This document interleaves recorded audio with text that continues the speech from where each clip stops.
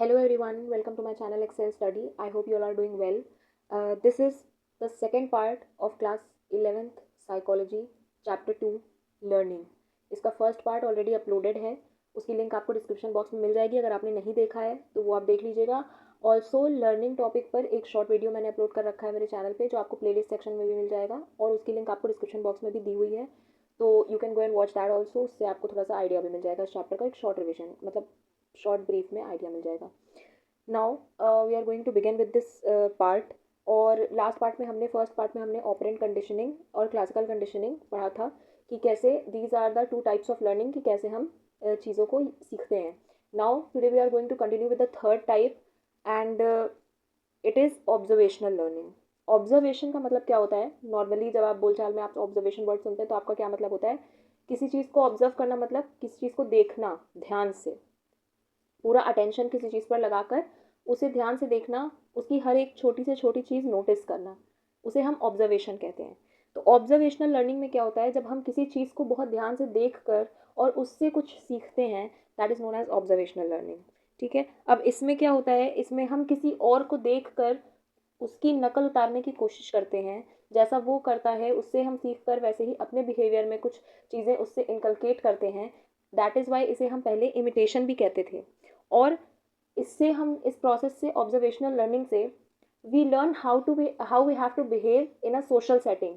यानी आप जब कहीं किसी जगह पर हैं and you don't know how, मतलब आपको कैसे वहाँ पर अपना कंडक्ट रखना है, कैसे रहना है, या आपको इतनी चीज़ें नहीं पता, तो आप दूसरों को देख कर सीखते हैं कि वो किस तरीके से उस सिचुएशन में बिहेव करे. जैसे कोई प्रॉब्लम लाइफ में आई, आपको नहीं पता कि आपको उससे कैसे डील करना है, तो आप अपने से बड़े लोगों को देखते हैं या आपसे जो ज़्यादा समझदार लोग हैं उनको देखते हैं कि वो कैसे इस सिचुएशन को डील करते हैं, और तब आप उनसे देखकर ये चीज़ें सीखते हैं. तो समाज में रहने के तरीके आपको समझ में आते हैं, क्या सही है क्या गलत है, किस जगह पर हमें कैसे रहना है कैसे नहीं रहना है, किस सिचुएशन में हमें कैसा रिएक्ट करना है कैसा नहीं करना है. ये सब चीज़ें हम अपने से बड़े या अपने से ज़्यादा समझदार लोगों को, दूसरे लोगों को अगल बगल देख कर सीखते हैं. इसलिए इसे हम सोशल लर्निंग भी कहते हैं. यानी ये हमें इस काबिल बनाता है कि हम एक सोशल सेटिंग में अच्छे तरीके से अपने आप को प्रेजेंट कर सकें.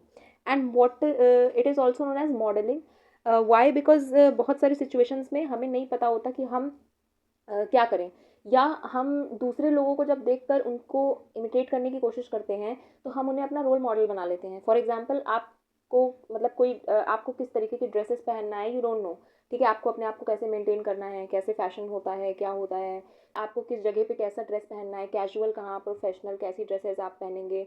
ठीक है. तो ये सारी चीज़ें आपको देखने के लिए, समझने के लिए आप दूसरों को देखते हैं और आप किसी एक इंसान को अपना रोल मॉडल बना लेते हैं, and then you imitate their conduct their behavior, and that is why we also called it modeling in the earlier times. and वैसे तो इसका जो मेन नेम है वो है ऑब्जर्वेशनल लर्निंग. तो ऑब्जर्वेशनल लर्निंग में क्या होता है? ऑब्जर्वर्स जो है वो दूसरों को देखकर, या जो उनका मॉडल है, रोल मॉडल है, उसको देखकर उसके बिहेवियर को ऑब्जर्व करते हैं, समझते हैं, एंड देन वो अपने बिहेवियर में उस चीज़ को लाते हैं, और इसकी वजह से उनके बिहेवियर में जो चेंजेस आते हैं उसे हम लर्निंग कहते हैं. वो उन्होंने कुछ सीखा और उसे अपने अंदर लाया. बट वो क्या चीज़ें सीखते हैं और क्या चीज़ें नहीं सीखते हैं, मतलब देखते तो बहुत सारी चीज़ें हैं पर हर चीज़, हर काम तो हम नहीं करने लगते हैं ना. तो ये हम डिसाइड करते हैं कि क्या हमने दूसरों में देखा जो हमें अपने अंदर लाना है.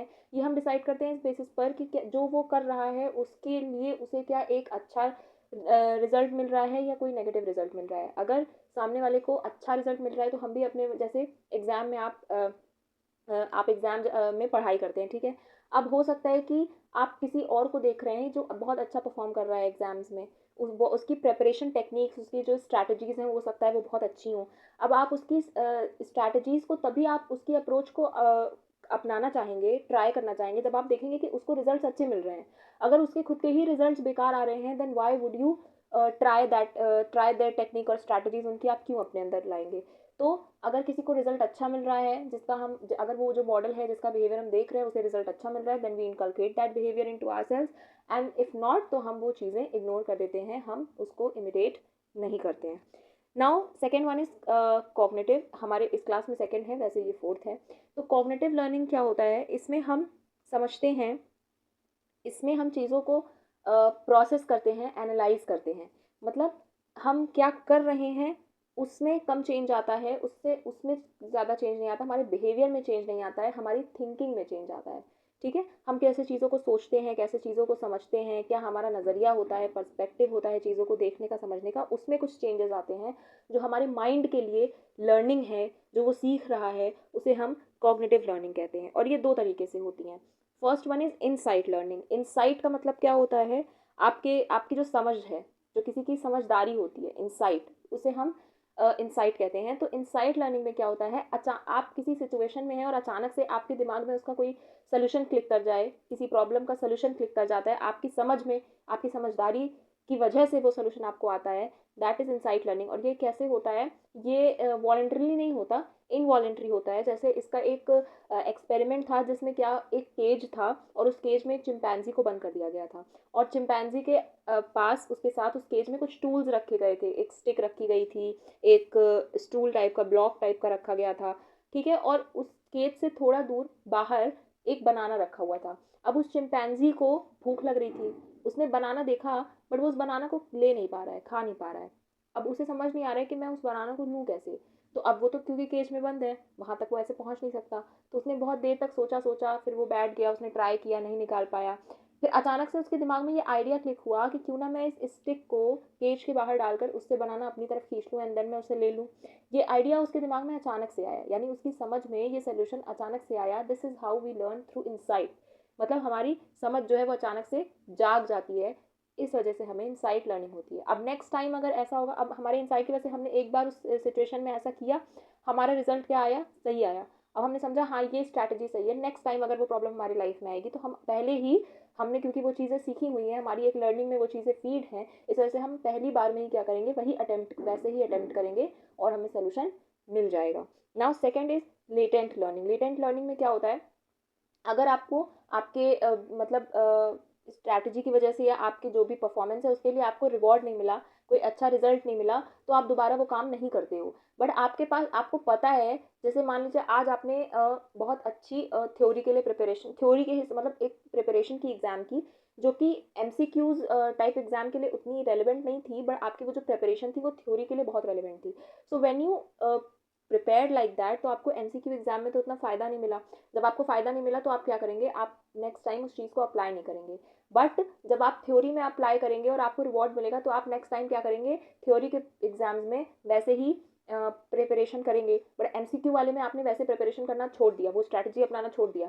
तो आपने वहाँ पर छोड़ दिया, बट आप यहाँ पे कर रहे हो, क्यों? क्योंकि आपके लर्निंग में तो वो स्ट्रैटेजी फीड है ना, कि मैंने पहली बार जैसे प्रिपरेशन की थी, वो आपको पता है कि वैसी प्रिपरेशन किस तरीके से की जाती है, कैसे की जाती है, किस लिए अच्छी होती है। तो नेक्स्ट टाइम एमसीक्यू में आपको उसके लिए रिवॉर्ड नहीं मिला, इसलिए आपने छोड़ दिया, बट आपने थ्योरी में जब वो अप्लाई किया तो आपको रिवॉर्ड मिला, इसलिए आपने क्या किया, वापस से वहाँ वो स्ट्रैटेजी अप्लाई की। तो इसे हम कहते हैं लेटेंट लर्निंग। इसमें क्या होता है कि जब तक आपको रिवॉर्ड नहीं मिलता, आप वो काम नहीं करते हो, बट आपकी लर्निंग में वो चीज़ें सेव हैं, वो रिस्पॉन्स सेव है। तो जब आपको उस चीज़ के लिए रिवॉर्ड मिलेगा, वहाँ पर आप उस रिस्पॉन्स को अप्लाई करते हो।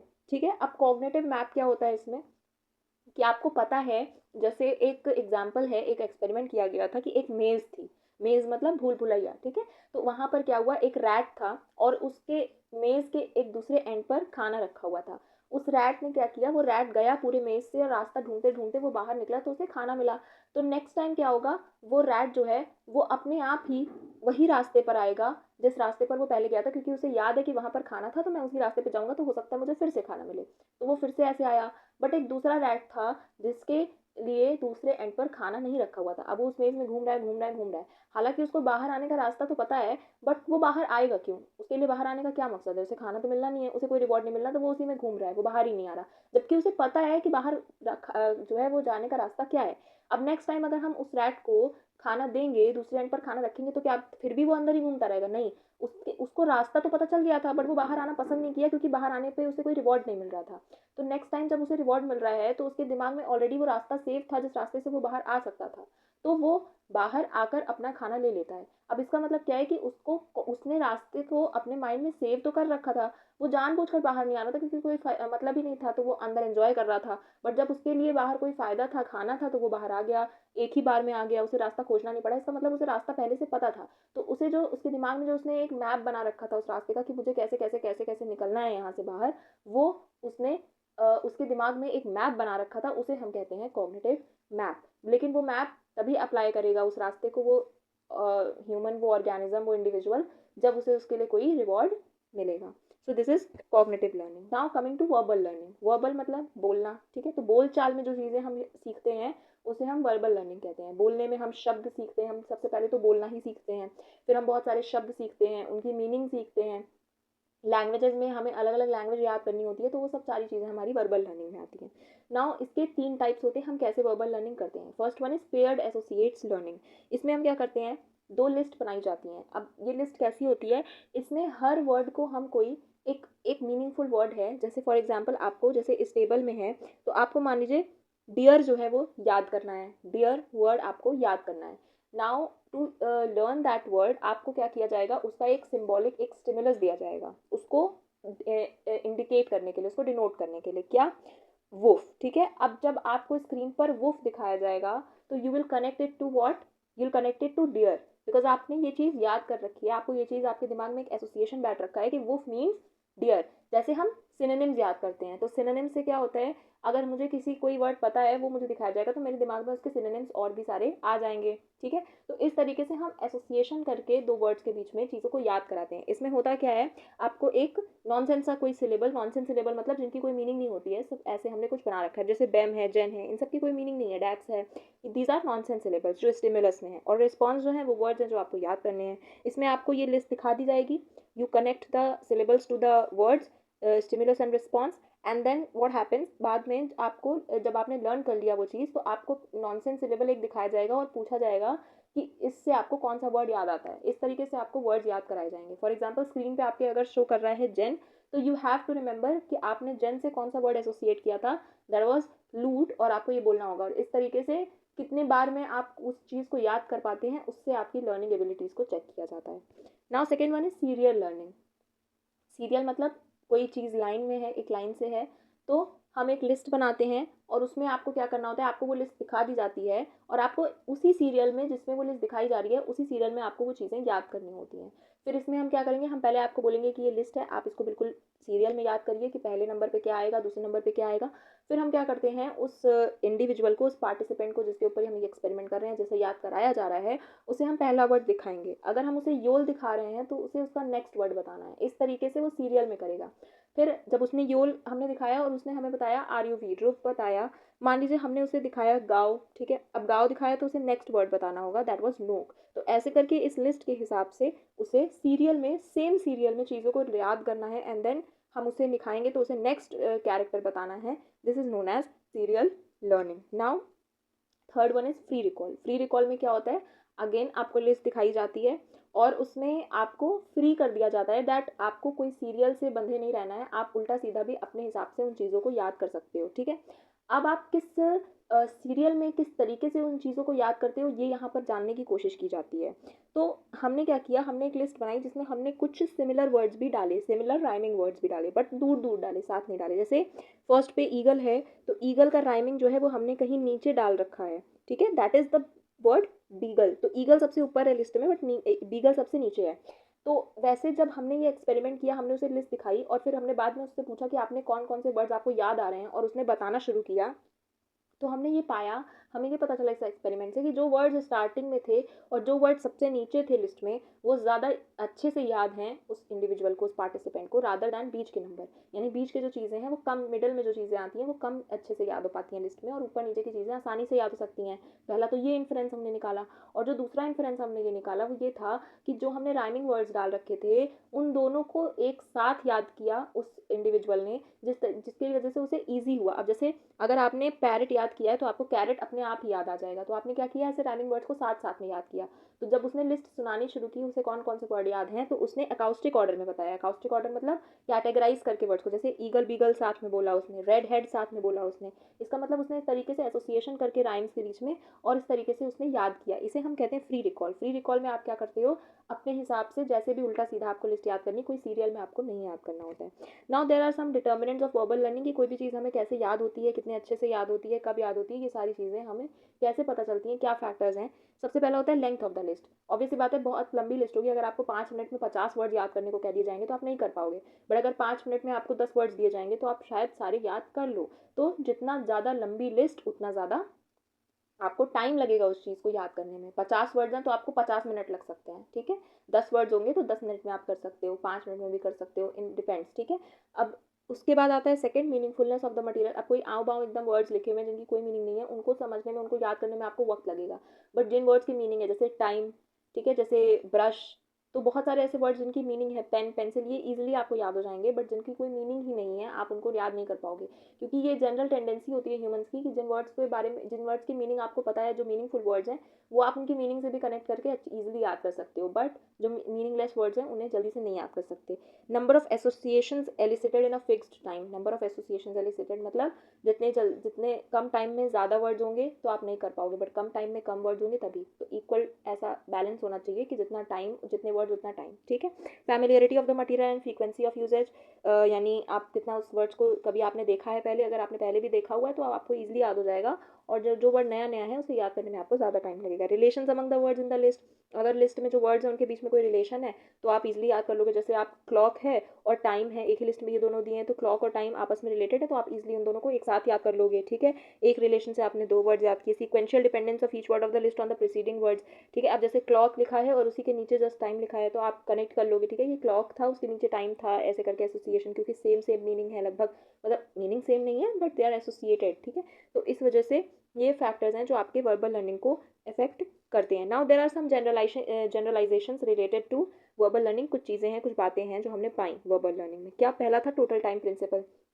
ये क्या कहता है कि एक फिक्स्ड अमाउंट ऑफ मटेरियल को याद करने के लिए एक फिक्स्ड अमाउंट ऑफ टाइम चाहिए, ठीक है। अब 10 वर्ड आप मेरे को कहोगे कि मैं 2 मिनट में याद करके बता दूं, तो ऐसा नहीं हो सकता। इसके लिए मुझे थोड़ा एक्स्ट्रा टाइम लगेगा। तो जितना जिस हिसाब से मटेरियल है याद करने के लिए, उस हिसाब से एक फिक्स्ड अमाउंट ऑफ टाइम भी चाहिए होता है याद करने के लिए चीज़ों को। कैटेगरी क्लस्टरिंग क्या होता है कि जो भी इंडिविजुअल होता है वो अपने आप से जो चीज़ें आपने उसे याद करने के लिए दी हैं वो अलग अलग कैटेगरीज बना लेगा और उसके हिसाब से उन्हें अलग अलग कैटेगरीज में डिवाइड करके याद कर लेगा। जैसे बहुत सारे, मान लीजिए एक ही लिस्ट है जिसमें नेम्स हैं और लोगों की एजेस हैं और लोगों की प्रोफेशन दिया हुआ है और कुछ एनिमल्स का भी नाम है, ठीक है। तो आप क्या करोगे, उन चीज़ों को अलग अलग याद करोगे। पहले आप सारे ह्यूमंस के नाम याद कर लोगे, फिर आप सारे एनिमल्स के नाम याद करोगे, ठीक है। तो आप ऐसे कैटेगराइज कर लोगे उस लिस्ट को, उस मटेरियल को अलग अलग कैटेगरीज में, and then you will learn it. This is known as category clustering, और इसकी वजह से लर्निंग ईजी हो जाती है थोड़ा। इंटेंशनल क्या और इंसिडेंटल क्या होता है? इंटेंशनल मतलब आप इंटेंशनली भी चीज़ों को याद कर सकते हो, और इंसिडेंटल मतलब क्या होता है कि आपने मतलब ऐसे इंटेंशनली आप याद करने नहीं बैठे हो, बट आपने देखा तो आपको याद हो गया। बहुत सारी चीज़ें सड़क चलते आप कहीं पे कुछ पढ़ते हो तो आपको याद हो जाता है, तो आप इंटेंशनली उसे याद करने नहीं बैठे थे बट आपको वो याद हो गया, ठीक है। नेक्स्ट है कॉन्सेप्ट लर्निंग। कॉन्सेप्ट लर्निंग क्या होता है? कॉन्सेप्ट का मतलब होता है वही कैटेगरीज, यानी हम जब जो लिस्ट हमें दी गई है या जो चीज़ें हमें दी गई हैं याद करने के लिए, हम उसे अलग अलग कैटेगरीज में डिवाइड कर लेते हैं and then we learn it. अब इन कैटेगरीज को हम बनाते कैसे हैं? उन सारी चीज़ों में कुछ कॉमन बात होगी, कुछ कॉमन फीचर होगा, कुछ कॉमन फैक्टर होगा जिसके बेसिस पर हम उसे एक कैटेगरी में डालते हैं। जैसे फॉर एग्जांपल अगर स्कूल में कैटेगरीज बनाई जा रही हैं तो कुछ बच्चे एक ग्रुप में हैं, कुछ बच्चे दूसरे ग्रुप में हैं, तो उनके बीच में डिवीजन कुछ फीचर्स होंगे। जैसे एक ग्रुप में जो बच्चे हैं वो सारे क्लास 11th के बच्चे हैं, एक ग्रुप में जो बच्चे हैं वो सारे क्लास 12th के बच्चे हैं, तो उनमें कॉमन फीचर क्या है?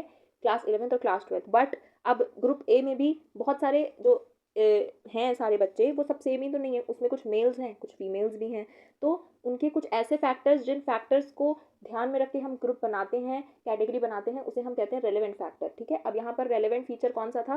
रेलेवेंट फीचर था क्लास। और जो फैक्टर हम ध्यान नहीं देते हैं कैटेगरी बनाते वक्त, उसे हम इररेलेवेंट फीचर कह देते हैं। यानी यहाँ पर इररेलेवेंट फीचर क्या था? उनका जेंडर या उनके मार्क्स, ठीक है, या उनका एज। तो हम ये सब चीज़ें साइड कर रहे हैं, रादर दैन हमने एक कॉमन फीचर लिया, that is their class, the class they study in, ठीक है। तो फीचर्स क्या होते हैं? कैरेक्टरिस्टिक्स होती हैं, ट्रेट्स होती हैं किसी भी ऑब्जेक्ट के, किसी भी ह्यूमन के, उसे हम कहते हैं फीचर, जो एक दूसरे से कॉमन भी हो सकती हैं और अलग अलग भी होती हैं।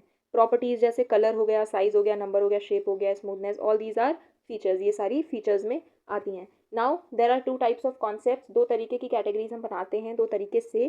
First one is artificial concept. इसमें क्या होता है? वेल डिफाइंड होते हैं रूल्स, ठीक है। वेल डिफाइंड रूल्स होते हैं मतलब जैसे हमने कह दिया कि एक स्क्वायर है, तो अब स्क्वायर कैसा होना चाहिए ये आपको पता है। स्क्वायर मतलब 4 साइड का एक क्वाड्रिलेटरल होता है and all the sides need to be equal, ठीक है, इक्वल इन लेंथ, सारी साइड्स इक्वल होनी चाहिए। ये हमने कह दिया कि ये एक स्क्वायर होता है। सर्कल हमने कहा तो सर्कल हमने कहा कि ओवल एक क्लोज्ड शेप होता है जिसका रेडियस जो है कुछ होता है और डायमीटर होता है जिसमें क्लोज्ड होता है, इसमें कोई कॉर्नर्स नहीं होते हैं।